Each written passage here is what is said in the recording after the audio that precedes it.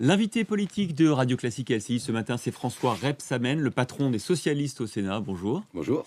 Merci d'être avec nous ce matin. Alors, on va commencer par le pacte de responsabilité. Il y a eu une passe d'armes dans les dernières 36 heures entre le patron du MEDEF et l'exécutif. Est-ce qu'il faut vraiment des contreparties pour les entreprises ou est-ce qu'il faut leur faire confiance, améliorer leur compétitivité et les laisser gérer leur entreprise? Il faut un peu les deux. Mais en tous les cas, je voudrais quand même C'est une réponse de Normand, vous n'êtes pas Normand, Non, normalement. mais je vais vous donner les explications. D'abord, je voudrais quand même dénoncer le comportement de M. Gattaz. On ne parle pas comme ça de la France à l'étranger. J'entendais son équipe dire qu'il était seul, qu'il n'avait pas son staff. Moi, M. Gattaz, j'ai du respect pour lui, comme pour tous les chefs d'entreprise, mais il ne représente pas les entreprises que je connais, moi, celles que je vois tous les jours, celles qui se battent pour gagner des parts de marché. Et donc, il faut qu'il apprenne à se tenir quand il est à l'étranger, premièrement, surtout en visite d'État avec le président de la République. Votre question, elle est juste. Oui, s'il y a un pacte, s'il y a un contrat, il y a deux parties. Après, c'est un engagement même que, sans même qu'on l'ait demandé, que M. Gattaz avait pris. C'est lui qui a annoncé 1 million. Oui, il y avait ses badges, son pins, 1 million d'emplois. Entre nous, c'est ridicule. Mais ça veut dire qu'en en gros, c'est plutôt un pacte moral ou est-ce qu'il faut des engagements écrits? J'ai vu que votre collègue Germain à l'Assemblée nationale lui demandait des entreprise par entreprise des engagements écrits. Mais vous savez, moi, j'ai fait une proposition lundi soir qui est au niveau local une relance de ce pacte de responsabilité, à savoir qu'il y ait des rencontres entre les élus, les responsables de collectivités et les chefs d'entreprise pour voir comment on pouvait organiser cela au mieux, parce qu'on a des relations qui sont bonnes au niveau local et il n'y a pas de raison qu'il y ait des blocages au niveau national. Il y a des engagements que les chefs d'entreprise peuvent et veulent prendre. Je pense notamment à la formation, je pense à l'investissement. Quand je pense à cela, il y a l'emploi derrière. Mais l'emploi, on ne l'impose pas aux chefs d'entreprise. L'emploi, ça va avec le carnet de commandes. Et quand le carnet de commandes est plein et qu'ils ont besoin de créer de l'emploi, ils créent de l'emploi. Donc c'est important. Dans le pacte de responsabilité, vous dites pas d'engagement sur l'emploi. Pas d'engagement formel sur l'emploi. Je ne crois pas que on puisse, comme cela, demander un engagement précis sur l'emploi. J'ai quelques idées de propositions qui pourraient être faites en contrepartie pour de l'emploi précisément. Mais on sait très bien qu'une entreprise, elle ne crée pas de l'emploi spontanément pour faire plaisir. Par exemple, quelle idée, vous pensez à quoi? Je pense par exemple, mais je m'engage à titre personnel, je pense par exemple que aujourd'hui, quand on a, par exemple, l'obligation à 50, c'est une strate, de créer un comité d'entreprise et que vous avez 49 salariés dans votre entreprise, il y a beaucoup d'entreprises qui préfèrent rester à 49. Et ne pas embaucher pour pas franchir le seuil. Et donc, moi, je fais des propositions, et je dis, pour ces entreprises-là, elles peuvent, pendant 2 ans, 3 ans, avoir la possibilité de créer de l'emploi, si nécessaire, si le carnet de commandes, sans avoir l'obligation, pour autant, d'avoir la création d'un comité d'entreprise. Vous allez faire hurler les partenaires sociaux côté salariés. Oui, non, mais ça ne veut pas dire interdire ou arrêter la création de comités d'entreprise. Moi, je suis pour la représentation, et je pense que c'est nécessaire de salariés à la conseil d'administration, encore plus qu'il y en a aujourd'hui. Mais de manière temporaire,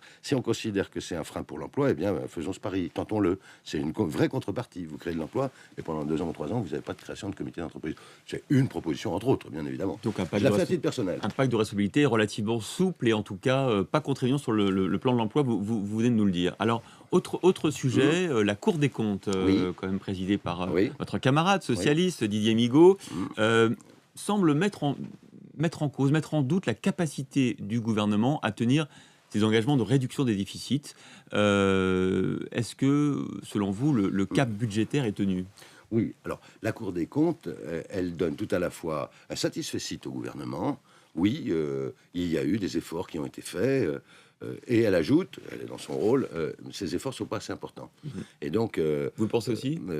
Non, je pense qu'il ne faut pas que les efforts qui soient faits soient récessifs.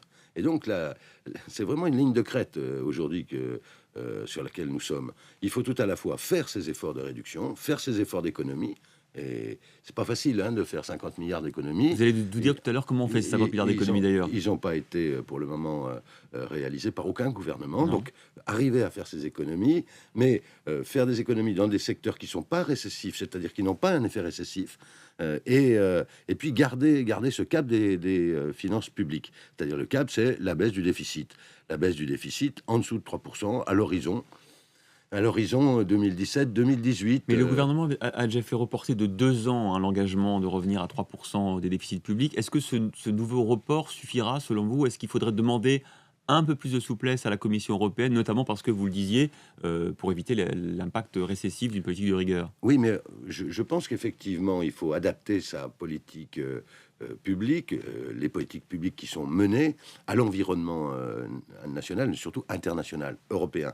Et donc, ça va mieux au niveau mondial et européen. Oui, mais ça repart. L'Europe se traîne quand même. L'Europe globalement, même l'Allemagne, je regardais les chiffres de l'Allemagne, 0,4 de croissance l'année dernière, c'est quand même pas très fameux.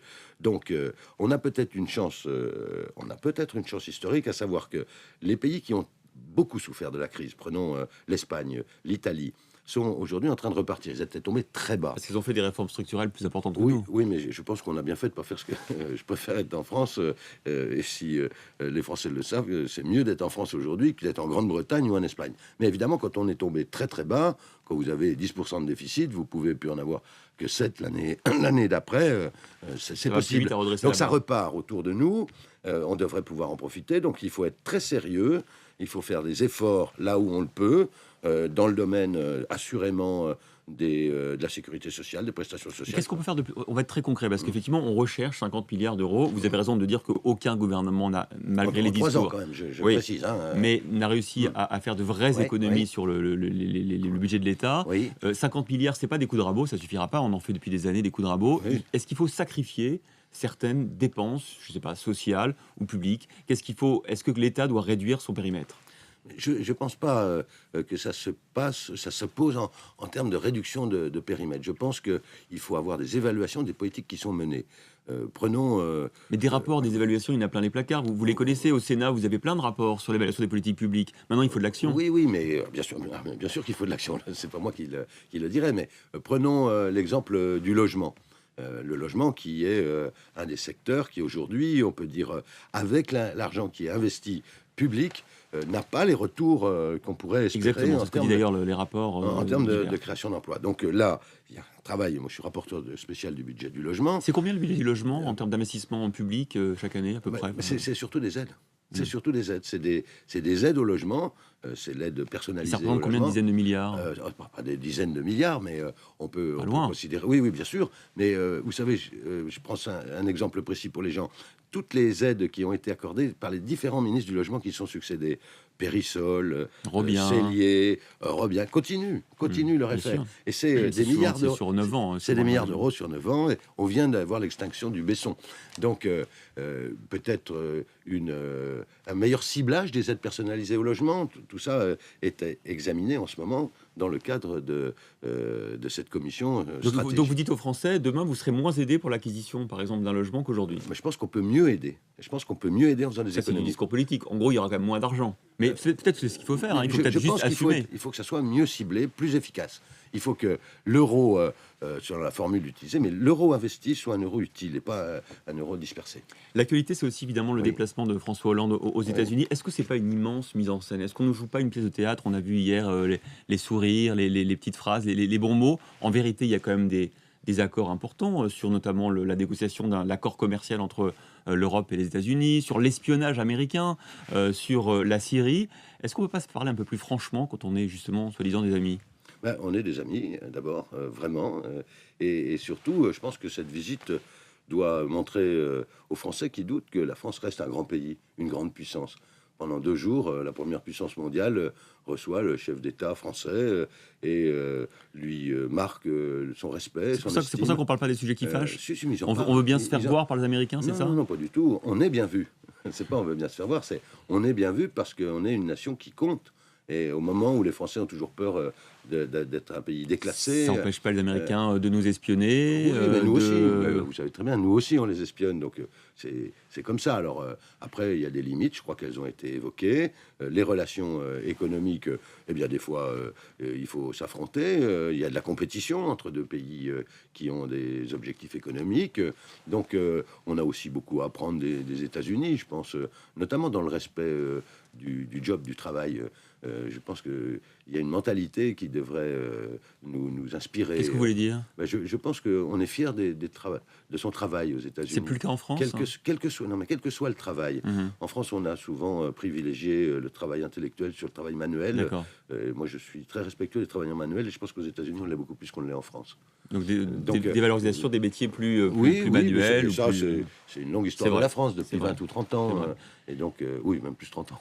Qu'est-ce qu'on doit faire sur la fiscalité de ces grands groupes, notamment américains d'ailleurs, de la nouvelle économie, les Google, les Yahoo? En fait, on a l'impression qu'ils se moquent un peu de nous, c'est-à-dire qu'ils délocalisent leur activité, ils vont en Irlande, au Luxembourg, ils ne payent pas d'impôts.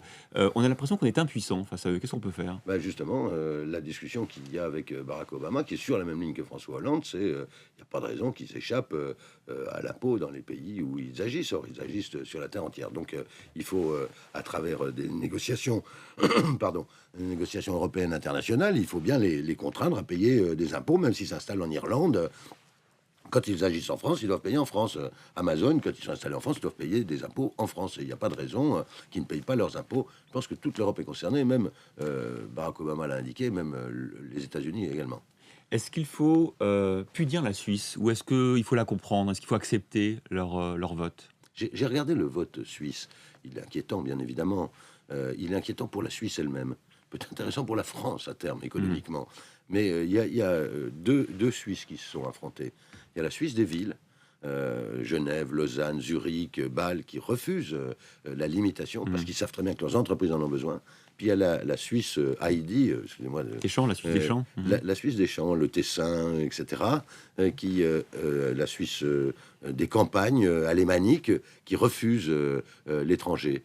Et donc, ça me fait penser un peu à la situation que nous connaissons dans notre pays. C'est ce que j'allais vous dire. Entre des villes qui portent le progrès économique et des campagnes qui se replient, qui ont peur.